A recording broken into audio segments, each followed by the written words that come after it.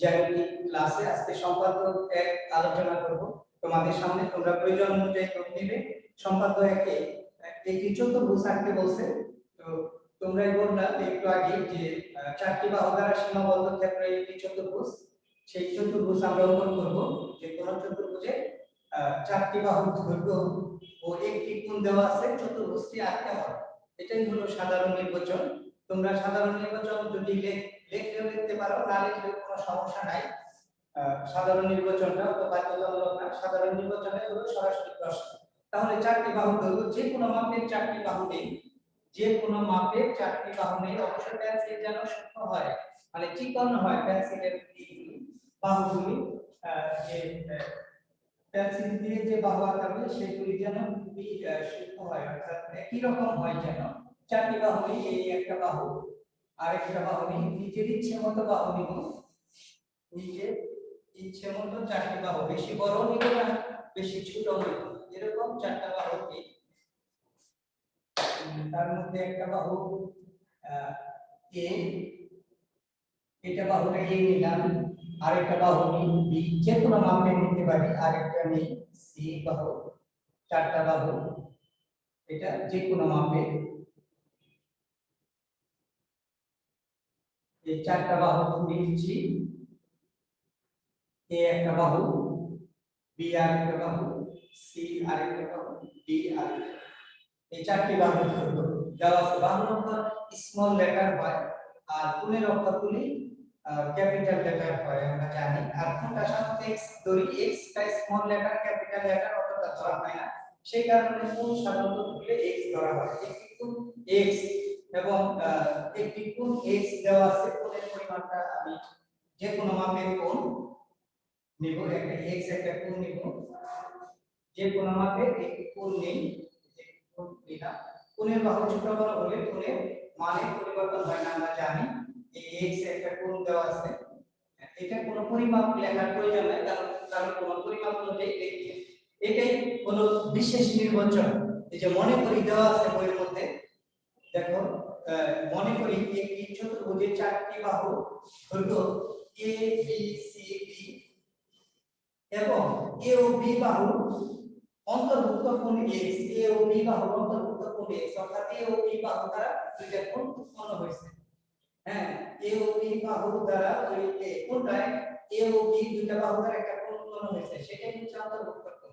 তাহলে অন্তর্ভুক্ত কোণ x দেওয়া আছে, এই চতুর্ভুজটি আঁকতে হবে। এখন পাশে আমরা আঁকাবো। বিশেষ নির্বাচন এখন লিখতে পারো, অবশ্যই চিত্র হবে মাঝখানে, চিত্রের নিচে বর্ণনা দেব। এখন এইভাবে বাম পাশে এই যে বিশেষ নির্বাচন আঁকাইছি, বাম পাশে বিশেষ নির্বাচন আঁকাইতে পারো, আর ডান পাশে চিত্র আঁকাবে, অর্থাৎ চতুর্ভুজ আঁকাবে। এখন ওই যেভাবে বলা আছে অঙ্কনের বিবরণ ঠিক এভাবে আঁকাই দিচ্ছি আমি। যে কোন একটা রশ্মি নিব পি, বিসি সমান এ, যে কোন একটা রশ্মি পি থেকে বিসি সমান এ, তোমরাও এইভাবে আঁকাবে। যে কোন মাপের একটি রশ্মি নিব, সব ধরনের বাহু দৈর্ঘ্য যেন একই রকম কালার হয়, একই রকম হয়। যে কোন একটা রশ্মি নিলাম বি একটা রশ্মি নিলাম। এখন এ বাহু সমান করে বিসি অংশ কাটি, কম্পাস দিয়ে এ বাহু সমান মাপ নিব, আর যেখানে যে মাপ নিব তার চিহ্ন দিব। এই যে এখন এ বাহু সমান করে বিসি অংশ কাটবো, এই যে বাহু এখানে মাপ নিয়েছি তার চিহ্ন রেখে আসতেছি, এই যে চিহ্ন দিলাম। এ বাহু সমান করে বিসি অংশ কাটি, অঙ্কন সাথে সাথে বসাবো। আর এই চিহ্নগুলি দিতে হবে এই জন্য যে বর্ণনার মধ্যে বলবে, প্রশ্নের মধ্যে বলা থাকবে যে অঙ্কনের চিহ্ন বিবরণ আবশ্যক, কারণ এখানে যে মাপ দিবে তার চিহ্ন দিবে। তাহলে এই বিসি বাহু নিলাম, এ এর সমান করে, এ স্মল লেটার এ সমান করে, এটা এ সমান করে বিসি নিলাম, এটা এখানে বসিয়ে দিলাম, দেখিয়ে দিলাম। তারপরে বি ই থেকে বি এর সমান, এরপরে কোন বি বিন্দুতে কোন এই সিপি এর পাতাবো, অর্থাৎ x কোণের সিপি এর সমান x কোণ আঁকাবো। বি বিন্দুতে কোণ ইপি এর অথবা সিবি এর, বি বিন্দুতে কোণ ইপি এর অথবা সিবি এর কোণ সমান কোণ x আঁকি, অর্থাৎ বি বিন্দুতে x কোণের সমান করে কোণ আঁকাবো। একটা কোণ আরেক জায়গায় আঁকাইতে হলে কমপক্ষে দুইবার মাপ নিতে হয়। একটা স্যার আপনার কথাটা বুঝতে পারিনি। এই বি বিন্দুকে x কোণের সমান করে কোণ আঁকাবো, এই x কোণের সমান করে কোণ আঁকাবো, তাই একটা কোণ যদি আরেক জায়গায় আঁকাইতে যায় তাহলে দুইবার মাপ নিতে হয়। একটা মাপ নিতে হবে যে কোনো মাপ, এই যে এখন যে পরিমাপ নিতে হবে কম্পাইল, এই x বিন্দুকে কেন্দ্র করে যে কোনো ব্যাসার্ধ নিয়ে একটি বৃত্তচাপ আঁকি, যে কোনো ব্যাসার্ধ, এটা যে কোনো মাপে। তাহলে x বিন্দুকে কেন্দ্র করে এই যে কোনো ব্যাসার্ধ নিয়ে একটি বৃত্তচাপ আঁকি, ঠিক এই মাপে, এটা যে কোনো মাপ নিছি। এই বি বিন্দুকে কেন্দ্র করে এখানে একটা বৃত্তচাপ আঁকা, এটা এই যে BC রেখাংশ থেকে নিচের দিকে নামিয়ে দিই এখানে। তাহলে এই x কোণের সমান করে বি বিন্দুতে কোণ আঁকাচ্ছি। তাহলে এখন কি মাপ নিলাম, x বিন্দুকে কেন্দ্র করে যে কোনো ব্যাসার্ধ নিয়ে বৃত্তচাপ, এই ব্যাসার্ধ নিয়ে এই বিন্দুকে কেন্দ্র করে বৃত্তচাপের উপরে এখানে একটা বৃত্তচাপ আঁকছি, এটা যে কোনো মাপের নিয়েছি। এখন সঠিক মাপ নিতে হবে আরেকবার, এই যে x কোণের নিচের বাহু আর বৃত্তচাপ যে বিন্দুতে সেট করছে, আর উপরের বাহু আর বৃত্তচাপ যে বিন্দুতে সেট করেছে তার সমান ব্যাসার্ধ নেই, এই যে এখানে নিচের ধরলাম এইভাবে, আর উপরের বাহু আর বৃত্তচাপ যে বিন্দুতে সেট করেছে তার সমান, এই যে এখানে ধরেছে উপরের বাহু আর বৃত্তচাপ, উপরের বাহু আর বৃত্তচাপ এই যে দেখো এখানে সেট করেছে এটা। তাহলে এর সমান মাপ এখানে চিহ্ন করি, দেখো চিহ্ন করলাম, এই যে বৃত্তচাপ এবং এই বাহুটা যে বিন্দুতে সেট করেছে ঠিক তার মাঝখানে চিহ্ন দিতে হবে। এই যে এই নিচের বাহু আর বৃত্তচাপ যে বিন্দুতে সেট করেছে সেই বিন্দুকে কেন্দ্র করে উপরের বাহু আর বৃত্তচাপ যে বিন্দুতে সেট করেছে তার সমান মাপ নিই, এই যে মাপ নিলাম, এই মাপেরই এখন এটা সঠিক মাপ। এই মাপেরই এই যে BC রেখাংশের মধ্যে এই বৃত্তচাপটা যে বিন্দুতে সেট করছে সেই বিন্দুকে কেন্দ্র করে এই বিন্দুকে কেন্দ্র করে এই বিন্দুকে কেন্দ্র করে এই বৃত্তচাপের উপরে একটা বৃত্তচাপ আঁকি। আমি মাপ আবার দেখাচ্ছি, এই মাপ নিয়ে এই যে x কোণের নিচের বাহু আর বৃত্তচাপ যে বিন্দুতে সেট করছে সেই বিন্দুকে কেন্দ্র করে উপরে বাহু আর বৃত্তচাপ যে বিন্দুতে সেট করলো তার সমান মাপ নিলাম। এই পরিমাপ নিয়ে এই বিন্দুকে কেন্দ্র, এই যে BC রেখাংশের এই যে বি বিন্দুকে কেন্দ্র করে BC রেখাংশে আর এই বৃত্তচাপটা যে বিন্দুতে সেট করছে সেই বিন্দুকে কেন্দ্র করে বৃত্তচাপের উপরে বৃত্তচাপ আঁকেছি, এই বৃত্তচাপের উপরে বৃত্তচাপ আঁকে। এখন বি বিন্দু থেকে বৃত্তচাপের মাঝখান দিয়ে রেখা টানলে এখানে একটা কোণ উৎপন্ন হবে, এটাই হবে x কোণের সমান। এখন একটি রেখা টানি, এই একটি রেখা নেই, এই বি বিন্দু থেকে এই বৃত্তচাপের মাঝখান দিয়ে একটা রেখা টানলে এখানে কোণ উৎপন্ন হবে, এটাই হবে x কোণের সমান। কোণ এটা x কোণের সমান আঁকাইলাম, এই কোণটা হলো EDF, কোণ EDF বইয়ের মধ্যে এটাই লেখা আছে যে বি বিন্দুতে কোণ EDF সমান x কোণ আঁকি, এটা লেখা আছে তাই আঁকাইলাম, অর্থাৎ x কোণের সমান করে এই বি বিন্দুতে কোণ আঁকাচ্ছি। এরপরে এখন BF থেকে এই যে BF একটা রেখা আছে, এই BF থেকে বি বাহু সমান করে বি অংশ কাটি, এই বি বাহু সমান মাপ নিই, কম্পাইল দিয়ে বি বাহু সমান মাপ নিই, পরিমাপ নিই, এই বি বাহু সমান মাপ নিই, এই যে বি বাহু সমান মাপ নিই, বি বাহু সমান মাপ নিলাম, এই বি বাহু সমান মাপ নিয়ে এই বি এ অংশ কাটি, এই যে বি এর থেকে বি বাহু সমান মাপ নিয়ে বি অংশ কাটবো, এটা বি অংশ কাটবো, এটা এ, এটা এ বি অংশ কাটলাম, এই বি এটা হলো বি বাহু সমান, এই যে দুইটা বাহু দ্বারা একটা কোণ উৎপন্ন হয়েছে, এই যে এই x কোণটা দেখাইছে, বি কোণটা এখানে দেখা যাচ্ছে, এই বি কোণের বাহু হচ্ছে একটা বাহু এ বাহু হচ্ছে আর একটা বি বাহু হচ্ছে, তাই বলছে যে চারটি বাহু আর এদের অন্তর্ভুক্ত কোণ, এই যে এ ও বি বাহুর অন্তর্ভুক্ত কোণ, বাহু দ্বারা অন্তর্ভুক্ত কোণ এই x দেওয়া আছে, এই দুইটা বাহু দ্বারা একটা কোণ উৎপন্ন হয়েছে, এটাই হচ্ছে x কোণ। তাহলে এই পর্যন্ত হলো যে বি এর থেকে এই বি এ সমান বি এ, অর্থাৎ বি বাহু সমান করে বি অংশ কাটি, অর্থাৎ সাথে সাথে বসাইতে বলেছি আমি, পরে বসাইলে হয়তো এক জায়গায় বাদ করে যাবে, তখন হয়তো জ্যামিতিটা হবে এরকম। এরপরে এ ও সি কে কেন্দ্র করে, এখন এই এ ও সি কে কেন্দ্র করে এই এ ও সি বিন্দুকে কেন্দ্র কেন্দ্র করে যথাক্রমে সি ও বি এর সমান ব্যাসার্ধ নিয়ে এ বিন্দুকে কেন্দ্র করে এই এ বিন্দুকে কেন্দ্র করে সি এর সমান পরিমাপ নিয়ে একটি বৃত্তচাপ আঁকবো এখানে, আবার সি বিন্দুকে কেন্দ্র করে ডি এর সমান পরিমাপ নিয়ে এখানে আরেকটা বৃত্তচাপ আঁকবো ওই বৃত্তচাপের উপরে। এই বৃত্তচাপটা ডি বিন্দুতে সেট করবে, A B R C D যোগ করব, তাহলে এই সি ডি একটি চতুর্ভুজ উৎপন্ন হবে। এ বি সি ডি একটি চতুর্ভুজ উৎপন্ন হবে। তো এখন এই যে এখানে একসাথে বলা আছে এ ও সি বিন্দুকে কেন্দ্র করে সি ও ডি এর সমান ব্যাসার্ধ নিয়ে কোণ এবিসি এর অভ্যন্তরে দুটি বৃত্তচাপ আঁকি, এটা বলা আছে। এখন সি এর সমান মাপ নেই, সি এর সমান মাপ নিয়ে পরিমাপ নিয়ে সি এর সমান মাপ নিচ্ছি। এই যে এখানে সি এর সমান মাপ নিয়ে এই এ বিন্দুকে কেন্দ্র করে একটি বৃত্তচাপ আঁকি। এই যে বৃত্তচাপ আঁকাচ্ছি, এ বিন্দুকে কেন্দ্র করে একটি বৃত্তচাপ আঁকাইলাম। আবার এই বি এর সমান মাপ নিই, বি এর সমান মাপ নিই, বি বাহুর সমান মাপ নিয়ে এই বি বাহুর সমান মাপ নিয়ে এই সি বিন্দুকে কেন্দ্র করে এই বৃত্তচাপের উপরে বৃত্তচাপ আঁকি। এই বৃত্তচাপের উপরে বৃত্তচাপ আঁকি। আমি আবার বলছি যে সি বাহুর সমান পরিমাপ নিয়ে এই এ বিন্দুকে কেন্দ্র করে একটি বৃত্তচাপ আঁকছি কোণ এবিসি এর অভ্যন্তরে এখানে। আবার এই ডি এর সমান পরিমাপ নিয়ে ডি বাহুর সমান পরিমাপ নিয়ে সি বিন্দুকে কেন্দ্র করে ওই বৃত্তচাপের উপরে বৃত্তচাপ আঁকেছি। এই বৃত্তচাপটি বি বিন্দুতে ছেদ করে, এই বৃত্তচাপটি বি বিন্দুতে ছেদ করবে। দেখি এটা বি বিন্দুতে ছেদ করে, বি বিন্দুতে ছেদ করবে। এখন এ কমা ডি আর সি কমা ডি যোগ করি, অর্থাৎ এ বি এবং সি ডি যোগ করি, তাহলে এ বি সি ডি একটি চতুর্ভুজ হবে। তুমি যেভাবে বাহু নিছো সেভাবে চিত্র হবে, চিত্র কারোর সাথে মিল থাকবে না, এটা চতুর্ভুজ হলেই হবে। চারটি বাহু দ্বারা সীমাবদ্ধ ক্ষেত্রই হলো একটি চতুর্ভুজ। বিন্দুর সাথে বিন্দু মিলতে হবে, বাহু যেন মোটা চিকন না হয়, একই রকম হতে হবে। এই বিন্দুগুলি মিলতে হবে, যে বিন্দু এই যে। এখন এই বাহুটা নিচ্ছি সি বাহু সমান এই এ বি, আবার এই সিডি নিয়েছে, এই সিডি বাহুটা হলো ডি বাহু সমান। অক্ষর বসাই দিলাম, অক্ষরগুলি এটা না বসাইলে হয় ছোট ছোট যেগুলো বসাইছি, কিন্তু এই যে এ বি সি ডি একটি চতুর্ভুজ উৎপন্ন করবে।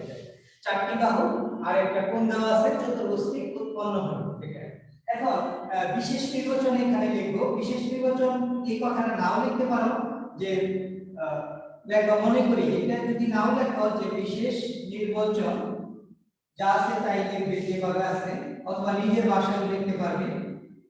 বিশেষ নির্বাচন একটা, যে মনে করি একটি চতুর্ভুজের চারটি বাহু দৈর্ঘ্য, এই যে এটা বিশেষ নির্বাচন। মনে করি একটি চতুর্ভুজের চারটি বাহু দৈর্ঘ্য এ বি সি ডি এবং এ ও বি বাহু এবং এ ও বি বাহু অন্তর্ভুক্ত কোণ এক্স দেওয়া আছে, চতুর্ভুজকে আঁকতে হবে। এটা বিশেষ নির্বাচনে লেখা। তারপর অঙ্কনের বিবরণ দিবেন নিচে, অঙ্কনের বিবরণ বিবরণ অঙ্কনের বিবরণটা হবে বইয়ের ভাষায় লিখতে পারো অথবা নিজের ভাষায় লিখতে পারো। অঙ্কনের বিবরণ যে কোনো রশ্মি বি থেকে, এই যে কোনো রশ্মি বি থেকে বিসি সমান এ নেই। তারপরে বি বিন্দুতে কোণ ইবি এর সমান এক্স কোণ আঁকি। তুমি নাম্বার দিয়েও করতে পারো, নাম্বার ছাড়াও করতে পারো, বইয়ের মধ্যে নাম্বার দেওয়া আছে। অঙ্কনের বিবরণের মধ্যে নম্বর দিয়ে না দিলেও হবে, দিলেও কোনো সমস্যা নেই। এরপরে বি এর থেকে বি এর সমান বি নেই, অর্থাৎ বি বাহু সমান করে বি এ নেই। এখন এ ও সি কে কেন্দ্র করে এই যথাক্রমে সি ও ডি এর সমান ব্যাসার্ধ নিয়ে কোণ এ বি সি এর অভ্যন্তরে দুটি বৃত্তচাপ আঁকি। এই বৃত্তচাপ দ্বয় পরস্পর ডি বিন্দুতে ছেদ করে, এ কমা ডি এবং বি কমা ডি যোগ করি, তাহলে এ বি সি ডি একটি চতুর্ভুজ উৎপন্ন হলো। এটাই তোমরা সুন্দরভাবে আঁকাবে। এইচবি পেন্সিল, অর্থাৎ যে পেন্সিলটা হার্ড সেটা ব্যবহার করবে। এইচবি পেন্সিল ব্যবহার করতে, যে এইচবি পেন্সিল আছে সেগুলো একটু হার্ড, সেগুলো ব্যবহার করবে। কমপক্ষে দুইটা পেন্সিল রাখবে, একটা পেন্সিল থাকবে পেন্সিল কম্পাসের সাথেই থাকবে, আর একটা পেন্সিল এই কোনটা হলে সমস্যা নেই, অক্ষরগুলি বসাবে। তবে মনে রাখবে বাহুর অক্ষর যেন স্মল লেটার হয় আর কোণের অক্ষর হবে ক্যাপিটাল লেটার। দেখো এই জ্যামিতিটা বুঝেছো কিনা? তোমরা সুন্দরভাবে আঁকাবে। এটা সম্পাদের চিত্রটাই কিন্তু মেইন। চিত্রে অবশ্যই চিত্র সুন্দর হতে হবে। আর চিত্র দিলে এরকম মাঝে এইভাবে আঁকাতে পারো, অথবা চিত্র পাশ দিয়ে দেখা যাবে না যে চিত্র ডান পাশে লেখা বাম পাশে বাম পাশে চিত্র ডান পাশে লেখা, অথবা ডান পাশে চিত্র বাম পাশে লেখা, তা কিন্তু হবে না। চিত্র হবে ঠিক মাঝে। আর তুমি ই করতে পারো, যখন পরীক্ষার মধ্যে আসবে তুমি সম্পাদ্যটা ধরো, সম্পাদ্য এই পাশে লিখবে চিত্র আঁকাবে আর এই পাশে বর্ণনা দিবে। যদি 2 পৃষ্ঠা লাগে, এই পৃষ্ঠা থেকে এই পৃষ্ঠায় যাওয়ার চেষ্টা করবে কোনো সময়, এই পৃষ্ঠা থেকে এই পৃষ্ঠায় যাবে, এই পাশাপাশি থাকবে। এরকম যে সম্পাদ্য উপপাদ্য উভয় ক্ষেত্রে এই পাশে থাকবে চিত্র, এই পাশে থাকবে বর্ণনা। যদি 2 পৃষ্ঠায় লেখা প্রয়োজন মনে করো এইভাবে দিবে। যদি আগের পৃষ্ঠা ফাঁকাই থাকে, ধরো আগের পৃষ্ঠা ফাঁকা আছে এই পৃষ্ঠাটা, তাহলে এই পৃষ্ঠা অন্য কাজ করবে, কিন্তু সম্পাদ্য আসলে এইভাবে দুইটা পৃষ্ঠা তোমরা দেখবে। বুঝতে পারছো সবাই? এটা পাশাপাশি দুটো পৃষ্ঠা না লিখলে কি নম্বর কাটা যাবে? জি স্যার, স্যার পাশাপাশি 2 পৃষ্ঠায় না লিখলে কি নম্বর কাটা যাবে? না, নম্বর কাটা যাবে না, এতে কোনো নম্বর কাটা যাবে না। তবে লিখলে এটা ভালো হয়, এতে কোনো নম্বর কাটা যাবে না। Okay sir. হ্যাঁ, তবে তোমরা খেয়াল রাখবা বিন্দু যেন মিলে আর পেন্সিল যেন মোটা চিকন না হয়। উপপাদ্যের চিত্রে কোনো নাই, সমস্যা নাই, কিন্তু সম্পাদ্যটা কিন্তু তোমরা জানো যে চিত্রটাই নেই। আর সম্পাদ্যে প্রমাণ তো সাধারণত দিতে হয় না, প্রমাণ চাওয়াও হয় না, সাধারণত দিতেও হয় না। তো এই অঙ্কনটা যেন ভালো হয়, অর্থাৎ এই অঙ্কনগুলি যেন ভালো হয়, আর বর্ণনাটা যেন অঙ্কন অনুসারে হয়, এটা অনুসারে হয়। তো এটা হলো, আমি আরেকটা সম্পাদ্য আজকে আলোচনা করি, সম্পাদ্য 2। এটাও সহজ আছে। স্যার আমার একটা প্রবলেম আছে স্যার। আচ্ছা, স্যার এখানে তো স্যার এক্সট্রা 2টা বইয়ে হচ্ছে চিত্র দেওয়া আছে, তো স্যার ওগুলা না আঁকালেও তো হবে তাই না? এই অক্ষরগুলি না ব্যবহার করে অন্য কোনো ব্যবহার করতে পারো। অন্য অক্ষর ওকে ব্যবহার স্যার। অন্য অক্ষর ব্যবহার করলেও তবে বর্ণনা দিবে, ওই অক্ষরগুলি দিয়ে বর্ণনা দিবে।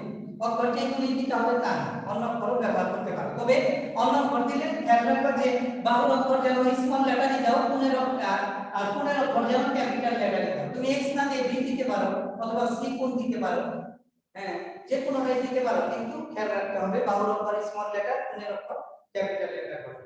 এটাই তো, বুঝতে পারছো সবাই এটা? Yes sir. আচ্ছা, পরের আরেকটা জ্যামিতি আলোচনা করি। সম্পাদ্য 2 দেখো পাশে আছে সম্পাদ্য 2। এটাও একটা চতুর্ভুজের 4টি বাহু ও একটি কর্ণের দৈর্ঘ্য দেওয়া আছে, চতুর্ভুজটি আঁকতে হবে। তাহলে সম্পাদ্য 2টা একটু দেখে নাও। সম্পাদ্য 2, সম্পাদ্য 2 আমি লিখছি এখানে একটি চতুর্ভুজের 4টি বাহুর দৈর্ঘ্য আর একটি কর্ণের দৈর্ঘ্য দেওয়া আছে, চতুর্ভুজটি আঁকতে হবে।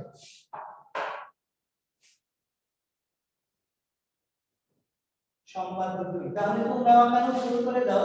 একটি চতুর্ভুজের ধরো 4টি বাহু দৈর্ঘ্য ABCD দেওয়া আছে, ABCD, হ্যাঁ এটা ABCD তো এই বাহুগুলি আমি রেখে দিতে পারি এগুলি ইচ্ছে মতো। আরেকটা কর্ণের দৈর্ঘ্য, কর্ণটা সাধারণত একটু বড় হয়, কর্ণের দৈর্ঘ্য E দেওয়া আছে। কর্ণ আমি আগে বলছি দুটি চতুর্ভুজের দুটি কোণাকুণি বিন্দুর অর্থাৎ কৌণিক বিন্দুর সংযোজক রেখাটাই হলো কর্ণ। তাহলে কর্ণটা একটু বড় নিতে হয়, সাধারণত বড় নিলে ভালো হয়, এটাই হবে যে কানা। এটা একটা কর্ণ নিলাম, এই কর্ণ ই অক্ষর বসাইলাম, কর্ণ ই দেওয়া আছে, ই দিলাম, কর্ণের দৈর্ঘ্য ই দেওয়া আছে, একটি কর্ণের দৈর্ঘ্য ই, কর্ণের দৈর্ঘ্য ই দেওয়া আছে। এই চতুর্ভুজটি আঁকতে হবে, এটাই বিশেষ নির্বাচন। দেখো মনে করি একটি চতুর্ভুজে 4টি বাহু দৈর্ঘ্য ABCD এবং একটি কর্ণের দৈর্ঘ্য ই দেওয়া আছে, যেখানে a প্লাস b বৃহত্তর e, অর্থাৎ ওখানে যে বলা আছে a প্লাস b বৃহত্তর e, তার মানে এই AB দৈর্ঘ্যটা যেন e এর চেয়ে বড় হয়, তাহলে চতুর্ভুজটা হবে। এবং c প্লাস ডি দেওয়া আছে, সি প্লাস ডি বৃহত্তর ই, অর্থাৎ সি প্লাস ই এর দৈর্ঘ্য যেন সি প্লাস ডি এর দৈর্ঘ্য যেন ই এর চেয়ে বড় হয়, তবে চতুর্ভুজ আঁকা যাবে, এটা একটা শর্ত। আমাদের যেহেতু নির্দিষ্ট মাপের কথা বলে নাই, যে বাহু এ বাহু দৈর্ঘ্য যেন ই এর চেয়ে বড় না হয়ে যায়, হ্যাঁ দুইটা মিলে যেন অন্তত ই এর চেয়ে বড় থাকে, হ্যাঁ দুইটা বাহু যোগ করলে অবশ্যই ই এর চেয়ে বড় হবে। আর সি ও ডি বাহু দুইটা যদি যোগ করি তাহলে এই ই এর চেয়ে বড় হবে, এটা হবে, এটাই শর্তে বলা আছে ওখানে। আচ্ছা চতুর্ভুজকে আঁকতে হবে, এখন অঙ্কন করি। এই যে কোনো রশ্মি বি থেকে বিডি সমান ই নেই, যে কোনো রশ্মি বিডি থেকে বি সমান ই নেই, এটাও ঠিক ওই জ্যামিতির মতো আগেরটার মতো অনেকটা। যে কোনো রশ্মি নিলাম, এই যে বি ই বি ই নিলাম, এখন এই এ এর সমান করে ই এর সমান করে কর্ণ ই এর সমান করে এই বিডি নিব, এই কর্ণ ই এর সমান করে বিডি নিব, এই যে বিডি নে কর্ণ ই এর সমান করে এই বিডি নিব, এই বিডি অক্ষর বসাই, কর্ণ ই এর সমান করে বিডি নে বিডি নিলাম, অক্ষর বসাচ্ছি, এটা বি বি হলো, আর এটা ই এর সমান নিলাম, ই বাহু সমান নিলাম, ই এর সমান নিলাম। এখন দেখো বইয়ের মধ্যে লেখা আছে যে বি ও ডি বিন্দুকে কেন্দ্র করে এ ও বি এর সমান ব্যাসার্ধ নিয়ে বি ডি এর একই পাশে দুটি বৃত্তচাপ আঁকি। এখন এ এর সমান পরিমাপ নিয়ে বি বিন্দুকে কেন্দ্র করে এই বি বিন্দুকে কেন্দ্র করে বৃত্তচাপ, আবার বি এর সমান পরিমাপ নিয়ে এই ডি বিন্দুকে কেন্দ্র করে ওই বৃত্তচাপের উপরে বৃত্তচাপ আঁকি। এখন এ এর সমান মাপ নিয়ে এই এ বাহু সমান মাপ নিয়ে, এই যে এ বাহু সমান মাপ নিচ্ছি, এ বাহু সমান মাপ নিলাম, এর সমান মাপ নিয়ে এই ডি বিন্দুকে কেন্দ্র করে একটি বৃত্তচাপ আঁকি। আবার বি বাহু সমান মাপ নিই, এই যে বি বাহু সমান মাপ নিচ্ছি, পরিমাপ নিচ্ছি, বি বাহু সমান পরিমাপ নিয়ে এই ডি বিন্দুকে কেন্দ্র করে ওই বৃত্তচাপের উপরে এই যে বৃত্তচাপ আঁকি। এই বৃত্তচাপ হয় এই বিন্দুতে ছেদ করে, এই বিন্দুতে ছেদ করব, এইটা পরে যোগ করি আমি, এটা এই বিন্দুতে ছেদ করব। আবার বি ও ডি কে কেন্দ্র করে আবার এই বি ও ডি কে কেন্দ্র করে যথাক্রমে জি ও ই এর সমান ব্যাসার্ধ নিয়ে, আবার এই বি ও ডি কে কেন্দ্র করে এই ডি ও সি এর সমান ব্যাসার্ধ নিয়ে, ডি ও সি এর সমান ব্যাসার্ধ নিয়ে বিডি এর যে পাশে এই বিন্দু আছে তার বিপরীত পাশে দুটি বৃত্তচাপ আঁকি, অর্থাৎ এই যে বিন্দুর বিপরীত পাশে দুটি বৃত্তচাপ আঁকি।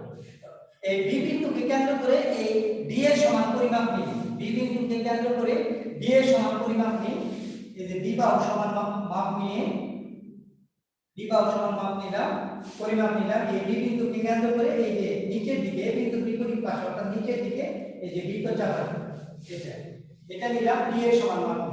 আবার সি এর সমান পরিমাপ নিয়ে এই সি এর সমান পরিমাপ নিয়ে এই ডি বিন্দুকে কেন্দ্র করে এই বৃত্তচাপের উপরে বৃত্তচাপ আঁকে।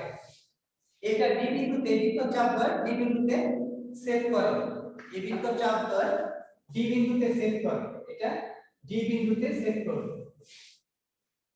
এখন এইগুলি যোগ করি, এখন এ কমা বি এগুলি যোগ করি, যে এ বি যোগ করি, তাহলে এই সবগুলো বাহু যোগ করলে এ বি যোগ করলাম, এ বি তারপরে এ ডি